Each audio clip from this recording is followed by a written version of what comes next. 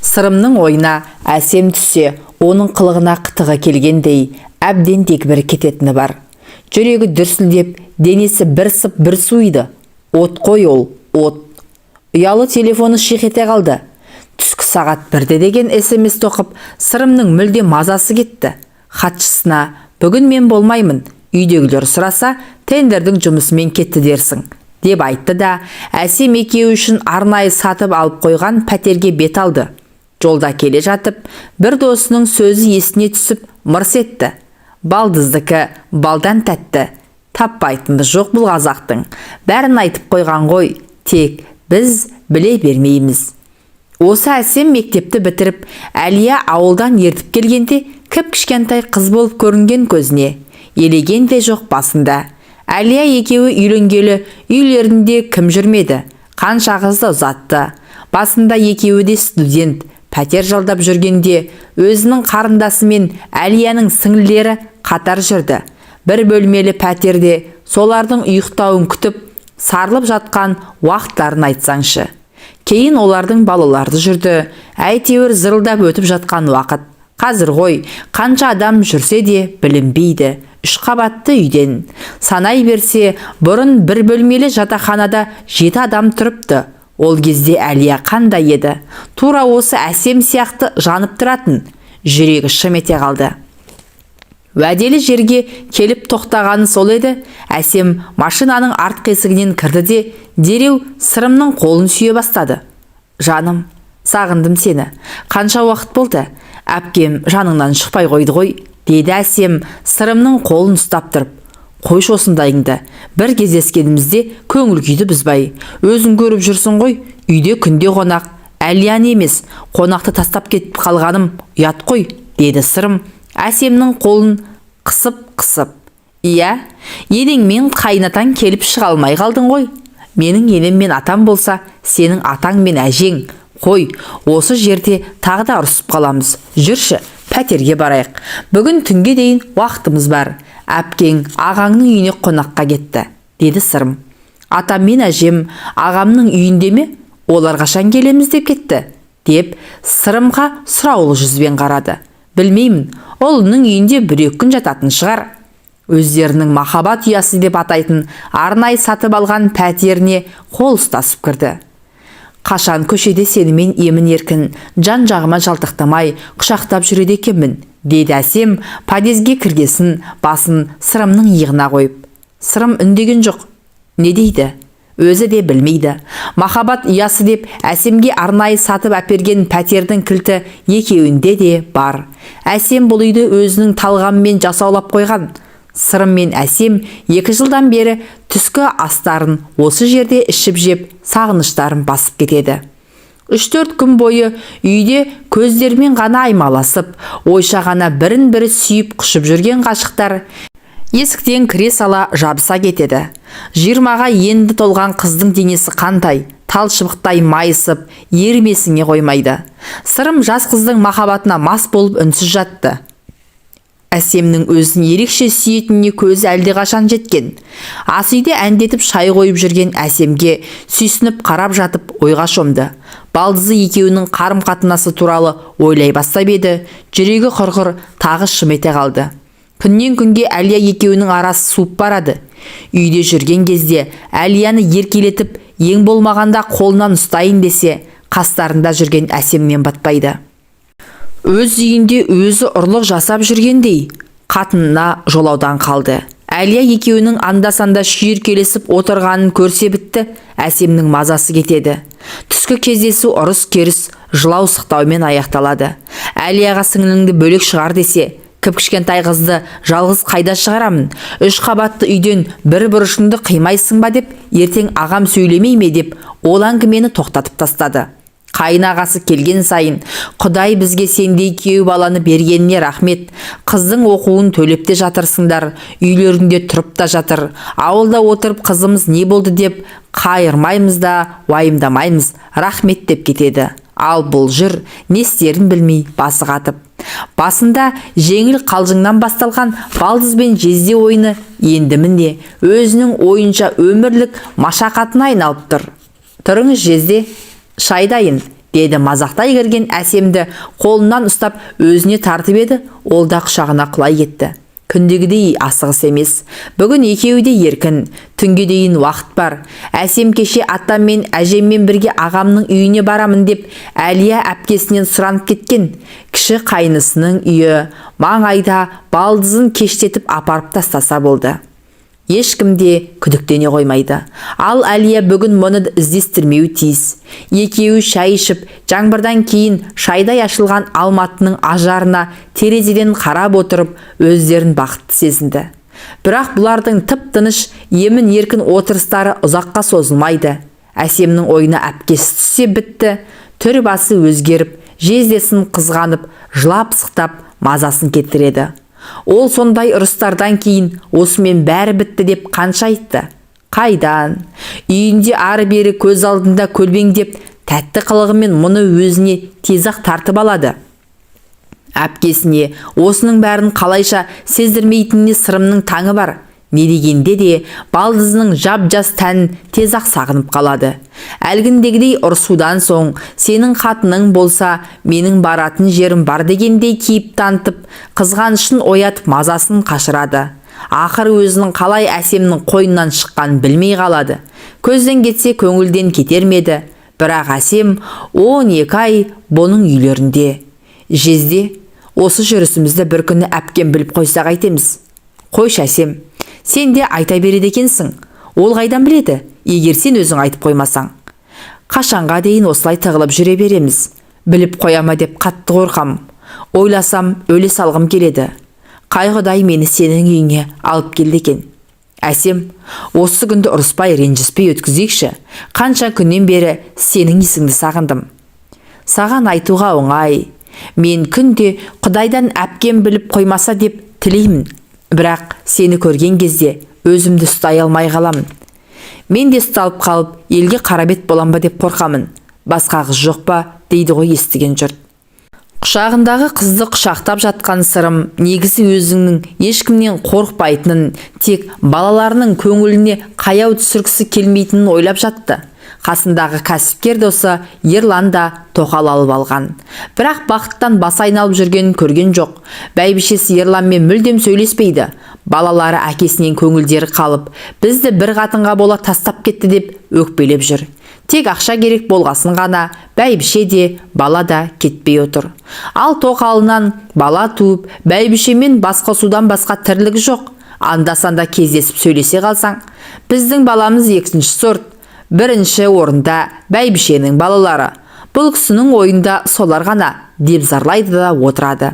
Бүгінде Ерлан өліп өшіп алған тоқалынан безіп отыр. Қазір екі қатынға да қарамай, кездесе кеткен қызбен сыртта көңіл көтеріп жүр. Ана жолы бұл, әсемді алам ба не істеймін деп Ерланға ақыл қос деген кезде Ерлан: Сіреке, менің ақылымды тыңдасаң, бір қатынмен ғана өмір сүруге екен. Сонда адамның көңілі орында, өмір тыныш өтеді екен. Жүрме демеймін, жүр. Бірақ тоқал алып, онымен бақытты болып кетем деп ойлама. Бір-бірінен қызғанып, шақшадай басыңды шарадай қылады. Не қыласың, деді. Бірақ әсемнің жөні басқа сияқты. Өйткені ақшаға бола жүр дейін десе, әпкем біліп қояды деп бір тиын алмайды. Әпкесі берген тиын тебенге қанағат етіп жүре береді. Сырым осы жасқа дейін етегіне намаз оқып жүрген жоқ. Талай қызбен жүрді. Әлия бірін білсе, бірін білмеді. Бірақ сол қыздардың біреуі де бала сүйіп, осы менің некелі жарым болсын деген ой келмепті. Әлия ауылына тойға кеткенде, сырым жұмыстан шыға алмай, үйде қалып, әсемнің қойнына кірген күннен бері тоқал алсам деген ой басынан шыққан емес. Сол күні әлі көз алдында. Ол кезде әсем 18 жасар, аузынан ана сүті кетпеген, кіп-кішкентай қыз болатын. Бұл Әлия жоқ болған соң үйге түнделетіп асықпай келді. Машинасынан шығып, қақпаны ашайын деп түскелі жатқанда, қақпаны әсем ашып, бұл машинасымен кірді. Жезде, аспазшы кетіп қалды, бірақ тамақ дайын тұр, ішесіз бе, деді. Көйлегі қып-қысқа, тал бойына жабысып тұрған әсемге ту сыртынан тұңғыш рет үздіге қарады. Әлия жоқ, ал ұлдарының өзінің сұранып кеткенінен біліп тұрса да. Үйдегім бар, деді. Ешкім жоқ, бәрі кетіп қалды, келіп қалатын шығар, деді де ас үйге қарай жүрді. Сырым да артынан келе жатып, Әсемнің қыз ретінде уылжып пісіп тұрғанын көрді. Қай шайтанның түрткені белгісіз, тамақ ішіп отырып, Әсем, шарап ішейік, деді. Бетіне аңтарыла қараған Әсемге, ешкім жоқта жездемен балдыз болып, бір стаканнан ішсек, ешкім сөге қоймас, деп ең жақсы градусы көптеу шарапты көтеріп келді. Шарап та бітті, бұл да өрекпіп, күйіп жанып тұрған қыздың қойнынан бір-ақ шықты. Жуынып, есін жиғасын, Әсем, бірінші түнді сізбен өткізсем деген арманым орындалды, деді. Жылап еңіреп, есімді тандыратын шығар деп қорқып жатқан Сырым таңғалғаннан төсектен тұрып кетті. Сөйтсе Әсем Алматыға келмей тұрып ақ бұған ғашық болып қалған екен. Әлия екеуі жас кездерінде қайын жұрттың жақсылығы мен жаманшылығынан қалмайтын, ел жейтін, нан таппай отырған сол кезде бұлар шетелдік машина мініп, шырттай киініп ауылға баратын. Әрине, ешқашан құр қол барған емес. Әлия барлық туған тұныстың жоғын түгендеп, Алматының базарын көшіріп баратын. Әсемнің бала кезінде елдің бәрі Әлияның бағы бар, Сырым жігіттің серкесі ғой, деп ауыздарының суы ағып мақтайды екен. Ел мақтаған жігітті қыз жақтаған деп бекер айтылмаса керек. Әсем де ес білгелі жездесіне ғашық болған көрінеді.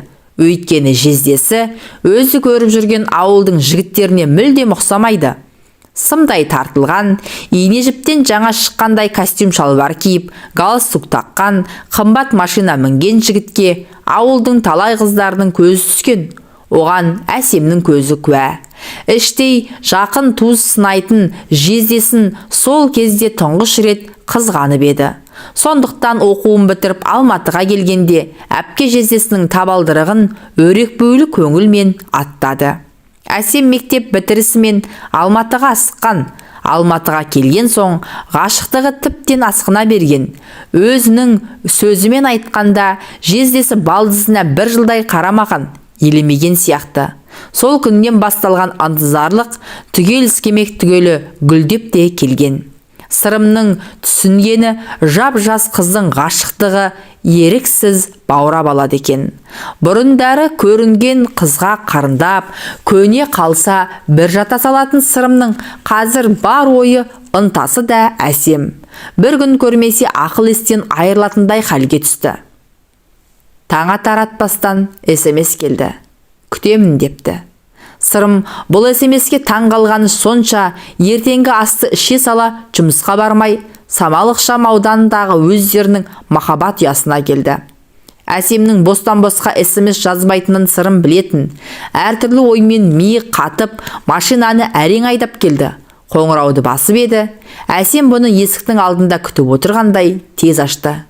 Көзі жылағаннан ісіп кеткенін көріп, Сырым, не болды, тыныштық па? Дегені сол еді. Әсем мұны бас салып құшақтап, енді не істейміз, деп аңырай жөнелді. Дегенде шошып кеткен Сырымға Әлия біліп қойды ма деген ой келді. Бірақ қазір ғана үйден шықты ғой, тып-тыныш еді. Тағы не болды сонша, таң атпастан ойбайлап, деді дәлізден ас үйге қарай жүріп. Мен қарабет болдым, екі қабат болып қалдым, деді артында келе жатып. Сырым ас үйдегі орындыққа әрең жетті. Артына бұрылып жылап тұрған Әсемге қарауға дәті бармады. Балдызымен кездескелі осы сөзден қорқып келген Сырым бұрындары мұндай ойдан аулақ болуға тырысатын. Бәрін ақыл таразасына салып, әр қадамын ойлап басамын деп жүрген Сырым мықтап шатасқан сияқты. Әсем, сәл сабыр етші, қашан білдің? Шынымен екі қабатсың ба? Сақтанып жүрмін дегенің қайда? Сырымның сасып қалған түрін көргеннен соң ба, әлде өзі күйіп тұрма, Әсем теріс жауап бере бастады.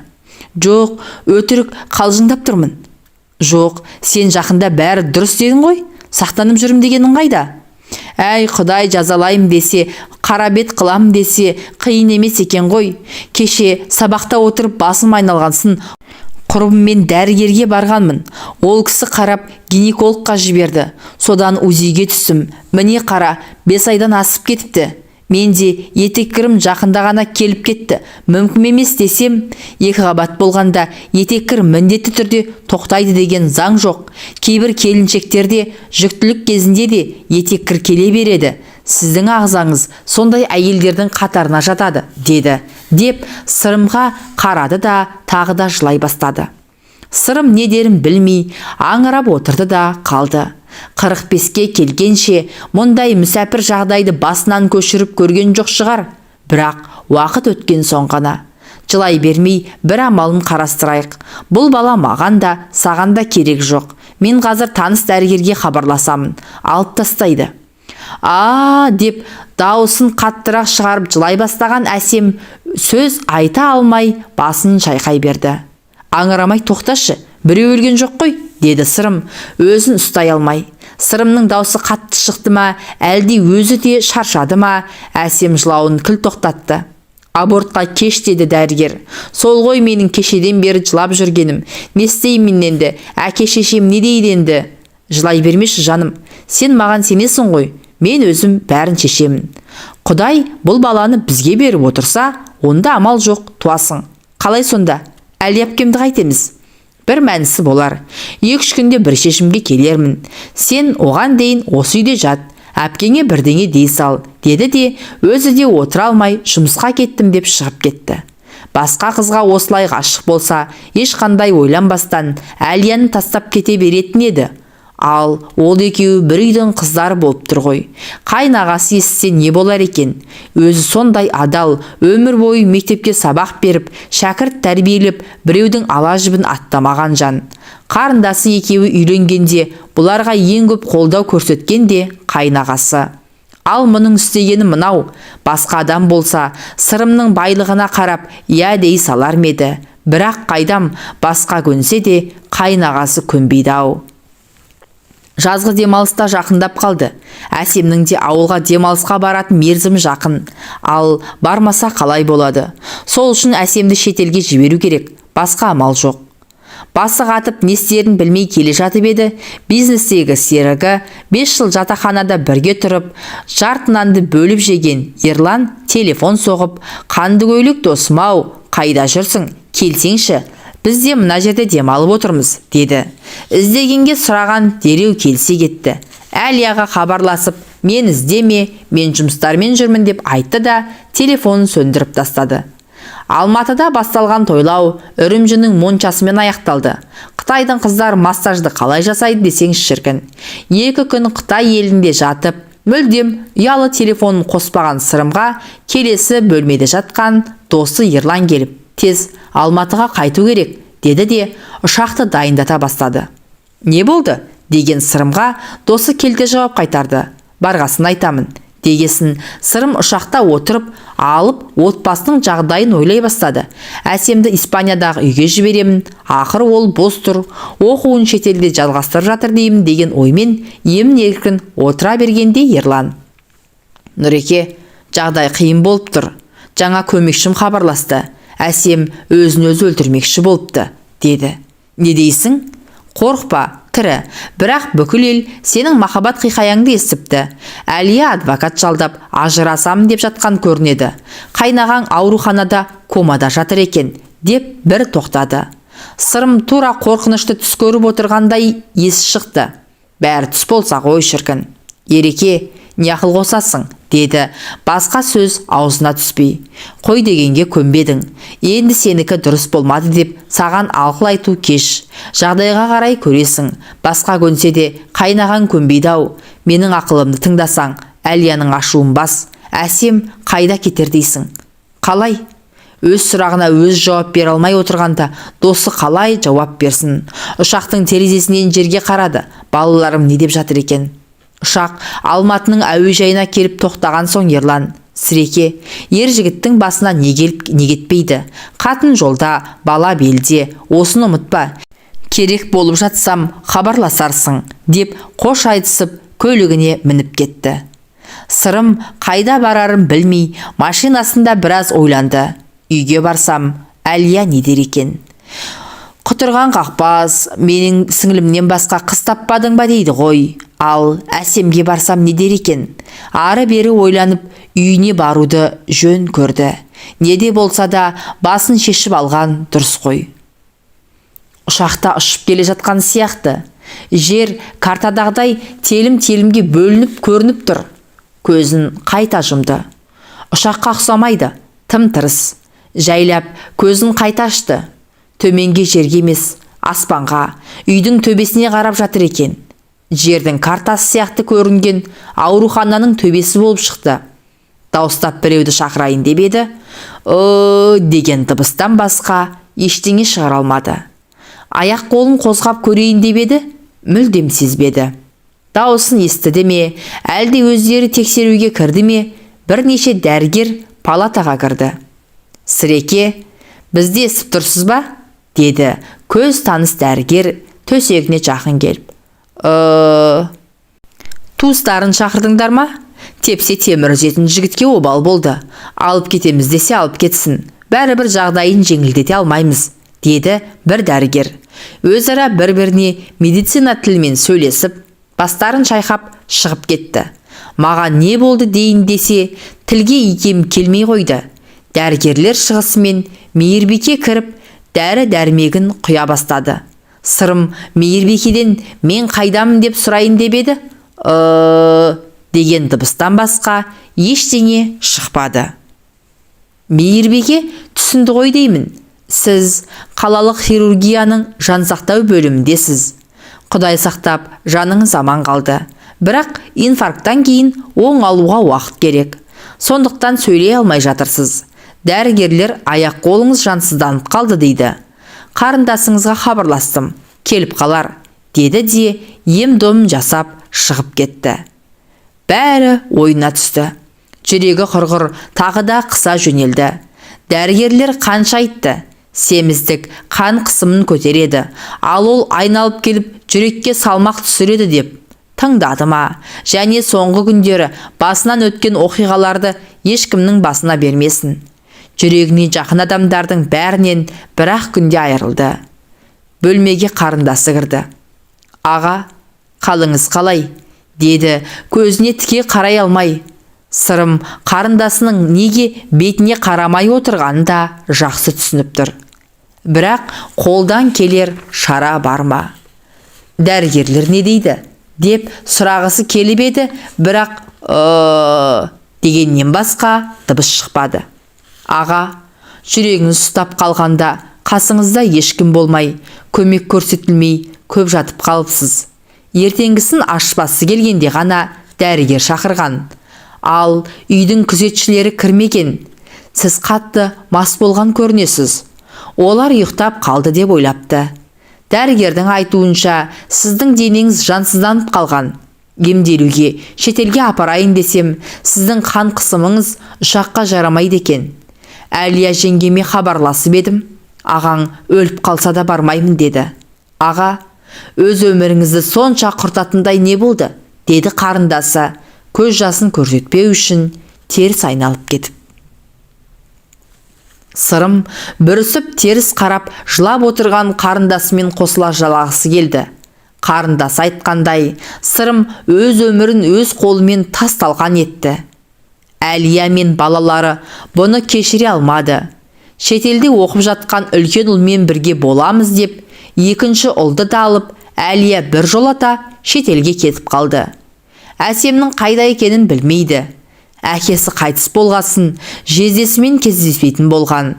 Қаңыраған зәулім сарайда жалғыз қалған. Сырым өмірі қиыншылық көрмеген жігіт еді-ау. Әкесі совхоздың директоры болды. Сондықтан бала кезден не ішем, не жеймін деп ойлап көрмеген. Жалғыз ұл деп Мәскеуде оқытты. Кеңес одағы сауда жасауға, кооперативке қалай еркіндік берді, солай Сырым миллиардтап табыс таба бастады. Қазақстан тәуелсіздік алған кезде Сырым миллионер емес, миллиардер болған. Содан бері тасы өрге домалаған жігіт, міне, ешкімге керегі болмай, ыңылдап, төсекте таңылып жатыр. Әсілі қазақ балдыздікі балдай, балдыз балдан тәтті деген сөздерді жиі айтады. Ойнас оттан да ыстық, ойнастығы керемет. Махаббат ойнастан құралған, бірақ мұның бәрі өзіңнің әйелің, өзіңнің отбасың, ошақ-қасың, бала-шағаларыңа жетпейді екен. Шынында сырым кімді сүйді? Әсемді ме, Әлияны ме? Әлбетте, Әлияны сүйді. Ал Әсемдікі жай көз бояушылық, тыйым салынған жеміс тәтті көрінеді, деді. Жанар Әбдішева, мың бояулы дүние.